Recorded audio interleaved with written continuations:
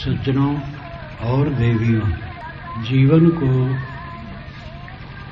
कितने लोग समझते हैं। जीवन अगर समझ में आ जाए तो दुख मिट जाए। सबके जीवन में दुख बना है, जीवन आदमी समझता नहीं। सद्गुरु कबीर कहते हैं, जो जानो जग जीवना, जो जानो सो जीव। पानी बचाओ आप ना, पानी मांग न पियो। जगत में अगर जीना जानते हो और जीव को समझते हो तो जो पानी पी रखे हो उसको बचा दो और नया पानी न पियो। कबीर साहब की वाणी और वेद की वाणी, ये दोनों में बुझौल बहुत है। वेद भी आप पढ़ें तो शब्द कुछ रहता है, अर्थ कुछ रहता है। अधिकतम वेद मंत्रों में, अलंकारों में कहा हुआ है। साहिब की वाणी में भी ऐसी ही है। गुरुमुख द्वारा जो समझ लेता है वही उसका अर्थ कर सकता है। अगर जगत में जीना जानते हो और जीव को जानते हो तो जो पानी पहले से पी रखे उसको बचा लो और नया पानी न पियो। तो पहली पंक्ति का अर्थ तो साफ है। अगर जीवन समझते हो क्या है और जीव को समझते हो, परंतु पानी बचाना और पानी न पीना ही क्या है। पानी तो जीवन भर पीना पड़ेगा। जीवन मुक्त संतों को भी देखा जाता है, वे भी पानी पीते हैं। पानी है वासना, अहंकार, विकार। जितना अहंकार, विकार, वासना मन में भरी है उसको पचा डालो और फिर अहंकार न ग्रहण करो। हम जीवन को नहीं समझते हैं। ये जीवन उधारी का सौदा है। जीव को जीवन नहीं कहते हैं और देह मात्र को भी जीवन नहीं कहते हैं। देह जीव के संबंध काल को जीवन कहा जाता है। जीवन में हमें जो कुछ मिला है सब प्रकृति की चीज है। देह जड़ प्रकृति की चीज है। घर मकान, कपड़े लत्ते, रुपए पैसे, जगह जमीन सब जड़ प्रकृति की चीज है। मिट्टी, पानी, आग, हवा, आकाश, 5 तत्व कहे जाते हैं। आकाश तो शून्य है। मिट्टी, पानी, आग, हवा द्रव्य है। इन्हीं के समुच्चय को प्रकृति कहते हैं, जड़ प्रकृति। जड़ प्रकृति से निर्मित वस्तुएं हैं जो हमें मिली हैं। तो ये जड़ प्रकृति की चीज है, मेरी थोड़े है। शरीर मेरा नहीं है और शरीर में जो कपड़े लिपटे हो मेरा नहीं है। कपड़े मेरे नहीं है। धन, जमीन, मकान कुछ भी मेरे नहीं। सब जड़ प्रकृति की चीज है। तो अहंकार किसका है? दूसरे के मकान का अहंकार करे तो कितना बेवकूफ हो आदमी। अपना मकान हो अहंकार करे तो लगेगा भाई वो बनवाया है तो अहंकार करता है। दूसरे के मकान का अहंकार करे तो कोई समझदारी नहीं है। विवेक से देखा जाए सब दूसरा है। जो अपना कहा जाता वो भी दूसरा है। हम मकान बनवाते हैं, पहले जमीन खरीदते हैं, खरीद करके अपने नाम से रजिस्ट्री करवाते हैं, फिर मकान बनाते हैं।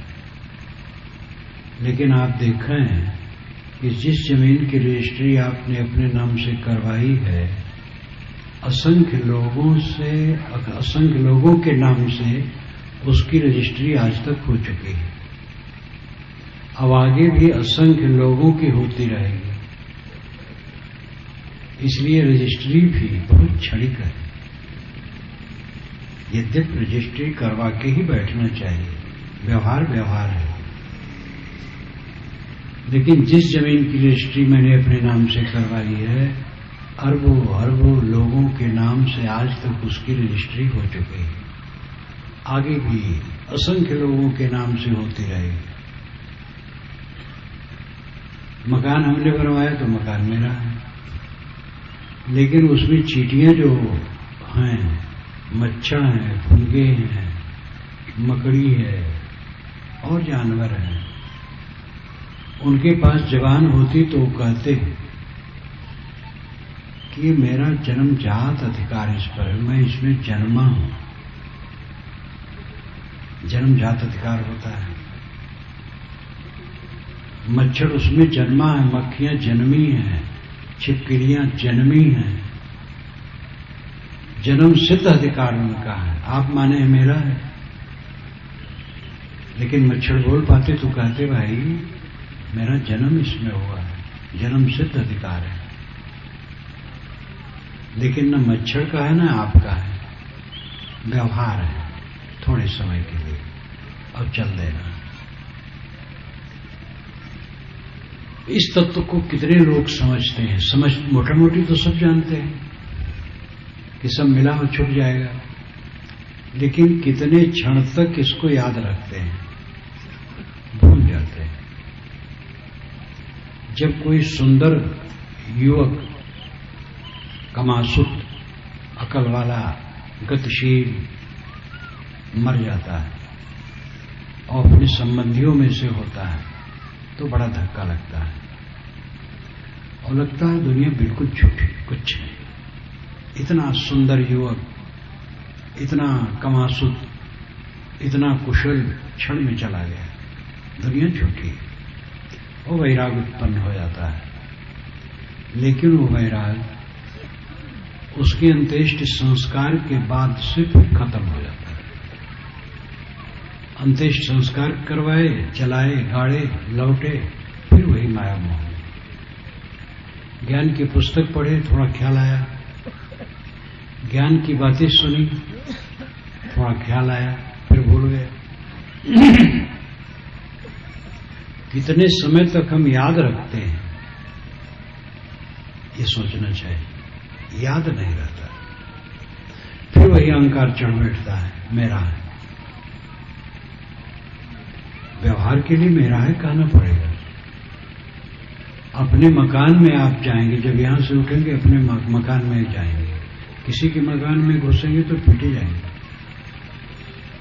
इसलिए अपना मकान कहना पड़ता है और उसी में रहना पड़ता है,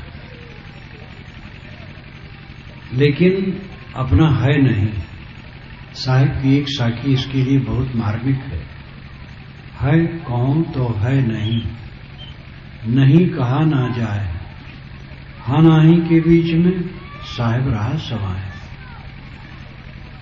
शरीर, परिवार, धन दौलत, राजकाज, नाम रूप, पद प्रतिष्ठा, जो कुछ हमें मिले हुए हैं, इनको अगर कहूं है तो है नहीं। हमारे बाबे दादे नहीं रहा, बाबे दादे भी कहते थे कि हमारा है और कुछ नहीं रहा, वो भी चले गए और उनका सब खो गया। हमारे बाबे दादे का कुछ नहीं रहा, वो भी कहते थे मेरा है, न वो रहे न उनकी चीज रहे। आपके घर में 100 वर्ष पुरानी वस्तु शायद नहीं होगी, आपके गांव में 100 वर्ष का मकान नहीं होगा। बड़े बड़े शहरों में 100 वर्ष का मकान कम होता है। काल सब कुछ थोड़े समय में पहुंच के रख देता है, ये ख्याल कहां रहता है? इसलिए अहंकार रहता है। अब अहंकार ऐसा फोड़ा है जो सब समय दुखता है। सबके मन में अहंकार की गांठ, अहंकार का फोड़ा है, हमारे आपके सबके, और सबका वो दुखता रहता है, हरदम दुखता रहता है। शरीर में अगर फोड़ा हो तो ऐसा लगता है कि लोग जानबूझ करके उसको दुखा रहे हैं। जानबूझ के नहीं दुखाते हैं, चलते फिरते अंग लग गया, कपड़ा लग गया और फोड़ा वाले को कष्ट होने लगा तो समझता है जानबूझ के लोग दुखा रहे हैं, लेकिन ऐसी बात नहीं। हमारे मन में अहंकार का फोड़ा है तो हमें हर समय लगता है कि हमारा अपमान हो रहा है, हमारा आदर नहीं हो रहा है, जैसा मैं हूं लोग समझ नहीं रहे हैं। हर समय अपनी तनज्जुली लगती है। लड़का कहे में नहीं है, पिता ने तिरस्कार मेरा किया, भाई हमें ठगना चाहता है, पड़ोसी हमसे वितृष्णा रखता है, पत्नी भी मनमुटाव रखती है। हर समय अपना मन दुखी रहता है। ये दुख का एक ही कारण है, हमारा अहंकार। हम किसी से कुछ पाने के अधिकारी नहीं हैं। सेवा करें, दूसरे की सेवा करें, दूसरे से कुछ पाने का अधिकारी नहीं। अगर कोई कुछ सेवा कर दिया तो धन्यवाद दें, नहीं सेवा किया तो दुखी होने की आवश्यकता है। कोई हमें आदर से नहीं कहा, तिरस्कार से कहा, उसका विचार है, हमें सह लेना चाहिए। जीवन तो ऐसा बनाना चाहिए कि पता न लगे कि मैं सह रहा हूं। अपना पुत्र ही अगर कटु कहे तो अपने को न लगे कि मैं सह रहा हूं, सहना लगे ही ना, ऐसा मन हो जाए। मन हंस दे, लड़का स्वयं सोचेगा। लेकिन हम तैयार नहीं हैं। हमें तो हर समय अहंकार है और हर समय फोड़ा की तरह वो दुखता रहता है। हर आदमी दुखी दुखी दुखी दुखी, केवल दुखी, विभिन्न दुखी, संपन्न दुखी, अशिक्षित दुखी, विद्वान दुखी, निर्धन दुखी, धनवान दुखी, सब दुखी। अगर महात्मा दुखी हैं तो और डूबा है, क्योंकि वो तो इसी के लिए निकले हैं, मृत कपनी पहने हैं। जब आदमी मर जाता है उसके कपड़े सब हटा दिए जाते हैं, सादा कपड़ा लपेट दिया जाता है। वो कपड़ा हम लोग पहले से ही लपेट लिए हैं। गुरु की शरण में आए, घर छोड़ करके विरक्त होकर के, तो कुछ दिनों में गुरु ने कफनी पहना दी, मृत का चिन्ह। लेकिन मृत का चिन्ह पहन लिए, कितनों को यह भी ख्याल नहीं कि मृत का चिन्ह है। कितनों को तो यह है कि हम अब पुजवाने लायक हो गए, और कितने लोग पुजवाने के लिए ही साधु वेश धरते हैं। साधु वेश धरे तो हम पुजवाने के योग्य हो गए। अब अगर ज्यादा दिन हो गया साधु वेश से, तब तो और अहंकार होता है। ऐसा प्रसंग बड़े रूप में भी आता है। ऐसे साधु भी मुझे मिले, कहीं कार्यक्रम था, साधुओं की पूजा हुई, दक्षिणा दी गई। वे आए, कहे महाराज 40 वर्ष का मैं साधु हूं और हमारे साथ के संत की जितनी पूजा हुई है मेरी उतनी नहीं हुई है। कब हुई है? मैं 40 वर्ष का साधु हूं। साधु भला ऐसा कहेगा? भगत लोग साधुओं को रुपए पैसे कपड़े लत्ते देते हैं इसलिए इस शरीर के गुजर बसर के लिए इसकी आवश्यकता है। उनका भाव अच्छा है और साधु को जो मिले उसमें संतुष्ट रहना चाहिए। उसमें भी जब बढ़ जाए तो दूसरे की सेवा लगा देना चाहिए। पुजवाने के लिए हम साधु नहीं हुए हैं, साधना के लिए हुए हैं, सुखी होने के लिए हुए हैं। मन सुखी रहे हरदम, निर्भय सुख, अनंत सुख, अनंत सुख में जीने के लिए हुए हैं, लेकिन इसका ख्याल नहीं। तो साधु वेशधारी हैं, वे भी कितने लोग समझते हैं कि साधुत्व क्या है। ऐसे भी साधु मिलते हैं।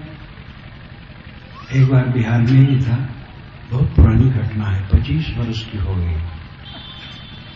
मेरे एक साधु ने कहा, आपके कितने बच्चे हैं? तो उन्होंने कहा, हमारे पास बच्चे क्या, हम तो साधु हैं। तो उन्होंने कहा, साधु तो मैं भी हूं, मेरे 5 बच्चे हैं।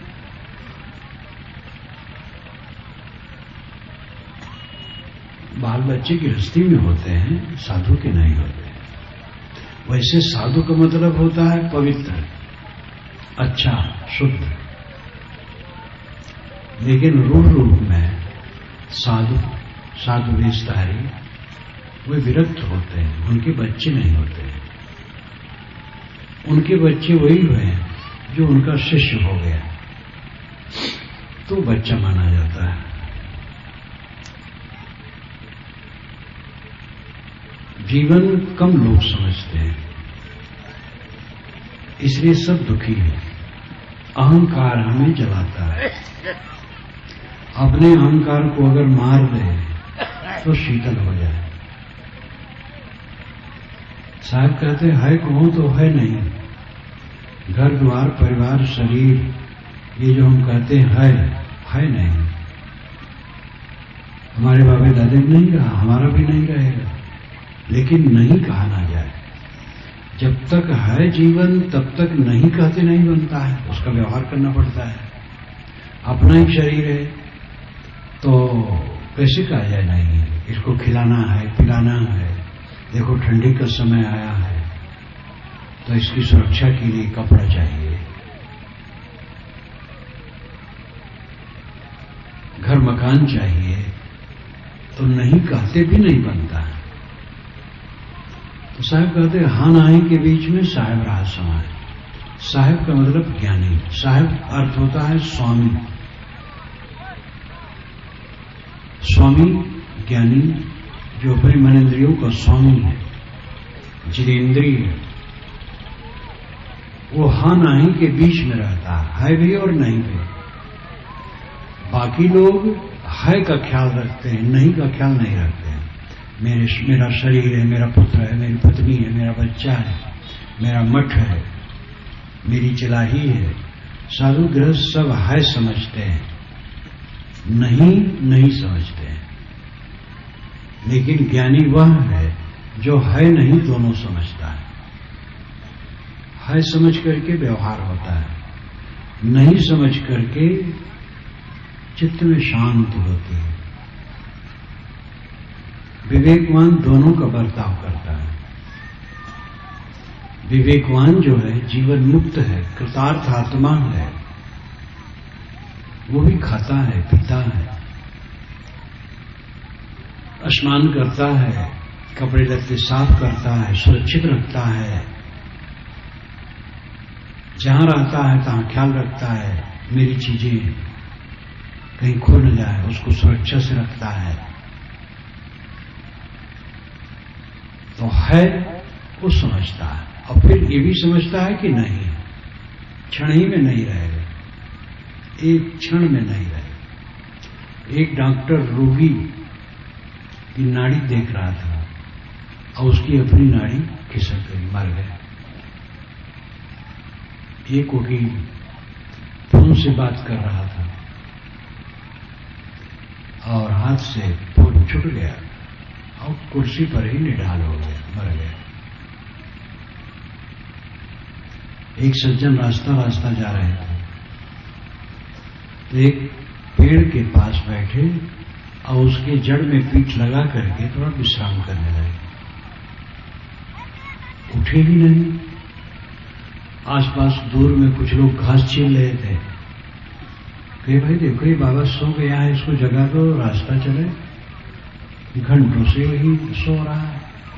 निकट आए एक दो आदमी तो देखे मारा, तो दिन रहा, इसलिए बात चर्चा हुई वो लोग तो कोई पहचानते नहीं थे, लेकिन ऐसी बातें चर्चा में तुरंत आ जाती। और रास्ता था 2 किलोमीटर के पहले उसका घर था, आगे जा रहा था। घर वाले जान पाए, लाश ले गए।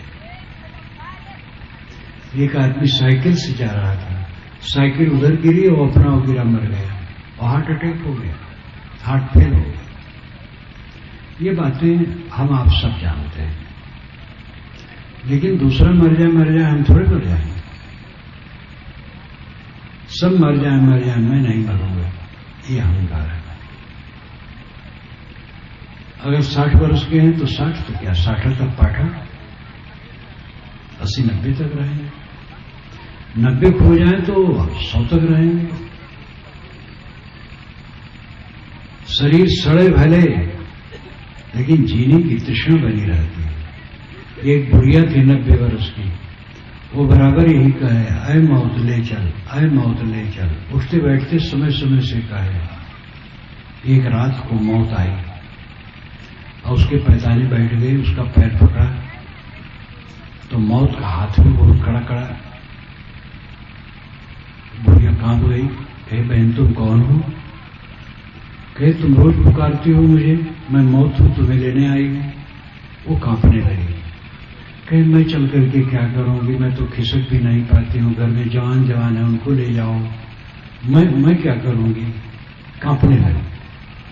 जो रोज कहती थी मौत ले चल, जब मौत आई तो मौत के साथ चलने तैयार न हुई। ये बात समझाने का तरीका है।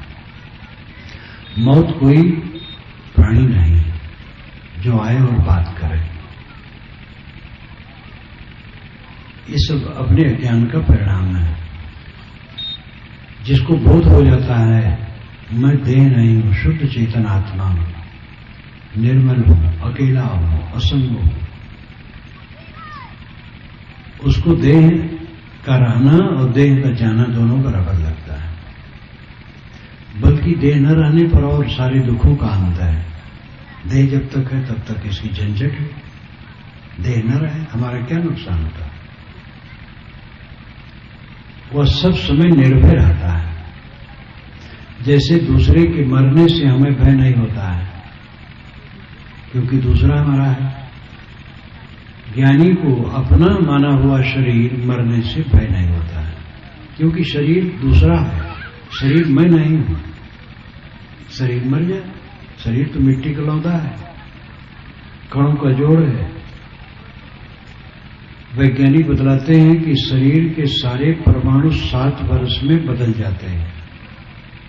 अगर 21 वर्ष का नौजवान है तो 3 बार उसके सारे कण बदल चुके हैं।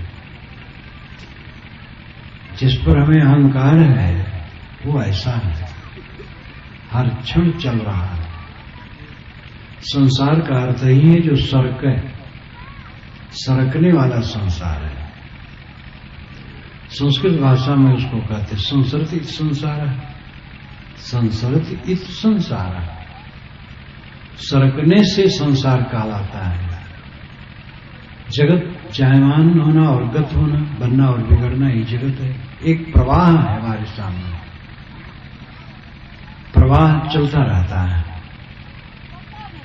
100 वर्ष के पहले का आदमी मिलना मुश्किल है और जितने लोग धरती पर आज हैं 100 वर्ष के अंदर ही ये सब न रह जाएंगे।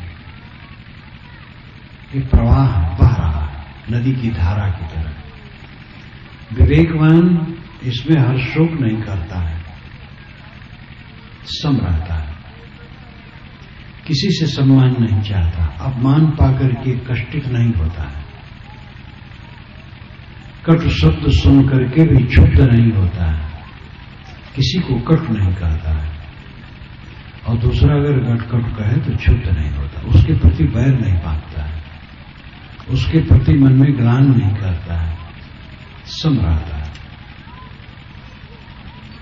जीवन को जो समझ जाएगा उसके जीवन से दुख खत्म हो जाएगा। पैसा से दुख नहीं खत्म होगा। आप करोड़ों अरबों रुपए पा जाए तो इससे दुख थोड़े खत्म होगा। परिवार बढ़ने से, पद बढ़ने से, बहुत विद्वान होने से दुख खत्म नहीं होगा। दुख खत्म होने के लिए अच्छी समझ चाहिए। ईख में जहां गांठ होती है वहां रस नहीं होता है, जहां रस होता है वहां गांठ नहीं होती है। हमारे जीवन में जहां दुख होता है वहां समझ नहीं होती है, जहां समझ होती है वहां दुख नहीं होता है। असली समझ दुखों का अंत कर देती है, उसी को ज्ञान कहते हैं। समझ सरल भाषा है,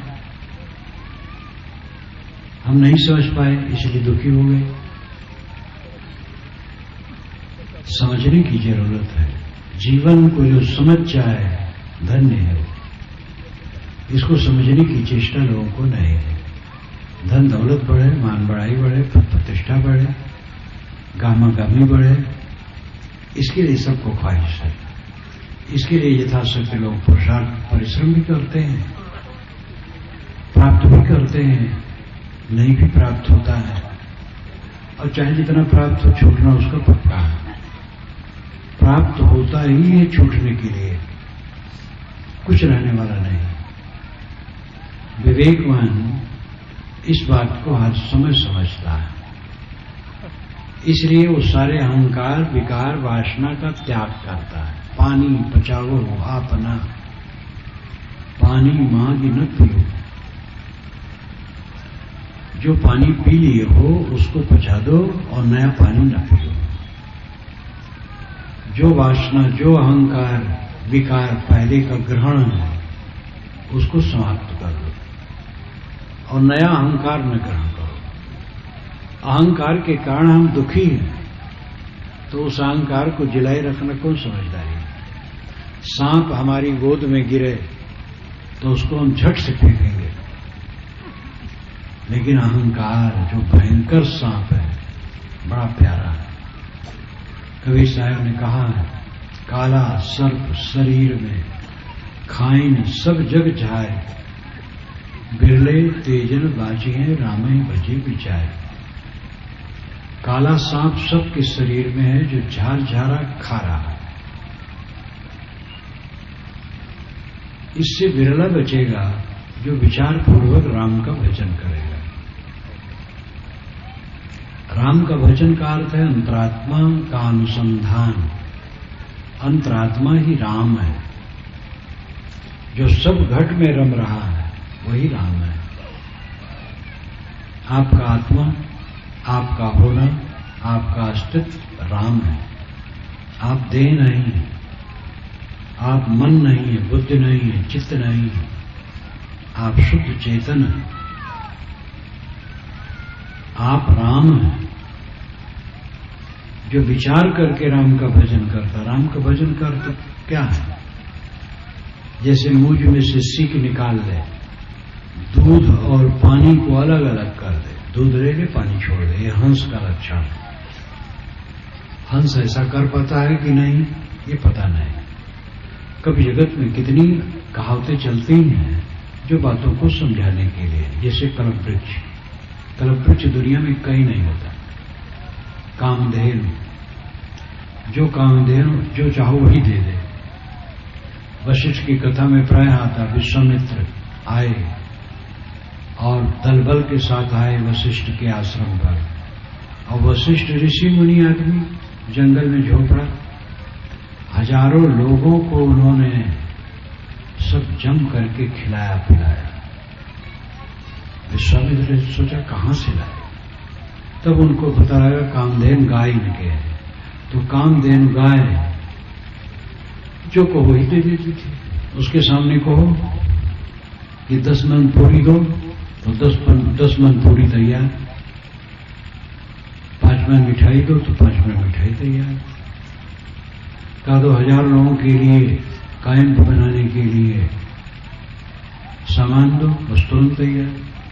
ये सब क्या है? सब कुछ नहीं होता। कहावत, कामधेनु, कल्पवृक्ष, पारस पत्थर, ये सब कहीं नहीं होते हैं, लेकिन कब जगत में चलते हैं और बातों को समझाने के लिए इनका उपयोग किया जाता है।